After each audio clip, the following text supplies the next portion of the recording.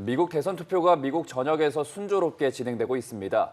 7개 경합주에서 초박빙 승부가 예상되면서 언제쯤 승패의 윤곽이 드러날지 여전히 안개 속인데요.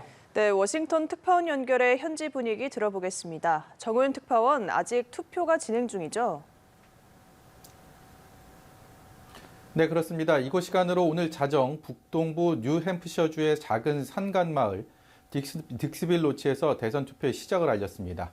유권자가 6명뿐이었는데 마치 짠 것처럼 해리스 3표, 트럼프 3표 동률이 나왔습니다.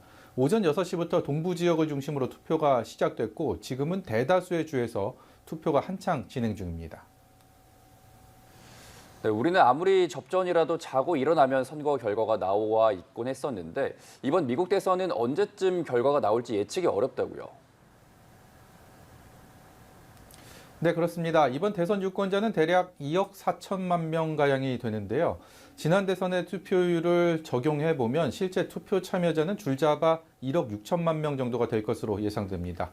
그런데 이 중 절반가량이 이미 우편이나 직접 투표 방식으로 사전 투표를 마친 것으로 전해졌습니다. 결과를 집계하는 데 시간이 지체될 가능성이 높은 셈입니다. 더 중요한 건 대선 레이스 내내 이어졌던 두 후보의 초박빙 판세입니다. 워낙 치열한 승부가 이어지다 보니 개표 역시 조심스러울 수밖에 없을 텐데요.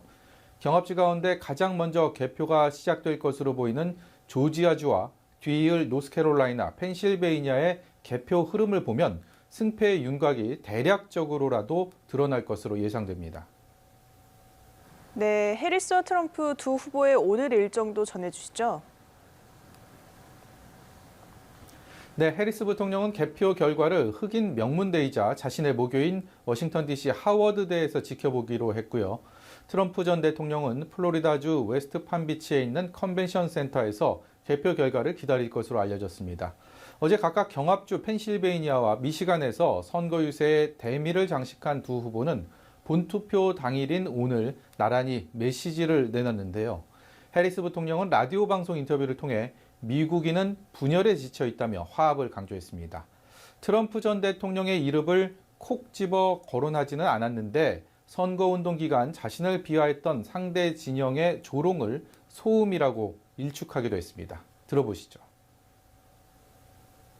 No, because here's the thing, in all seriousness, it's meant to distract me. See, I'm not going to get distracted by that noise. And it is. It's really demeaning for them as much as anything. 트럼프 전 대통령은 거주지인 플로리다에서 부인 멜라니아 여사와 투표를 했는데 패배할 경우 선거 불복 여지를 남겼습니다. 들어보시죠. On the assumption I win, I mean, I don't know if something else happens. I don't know what's going to happen in terms of declaring victory. 지지층과의 핵심 소통 창구인 SNS를 통해서는 엄청난 승리를 거두고 미국을 다시 위대하게 만들겠다고 밝혔는데요.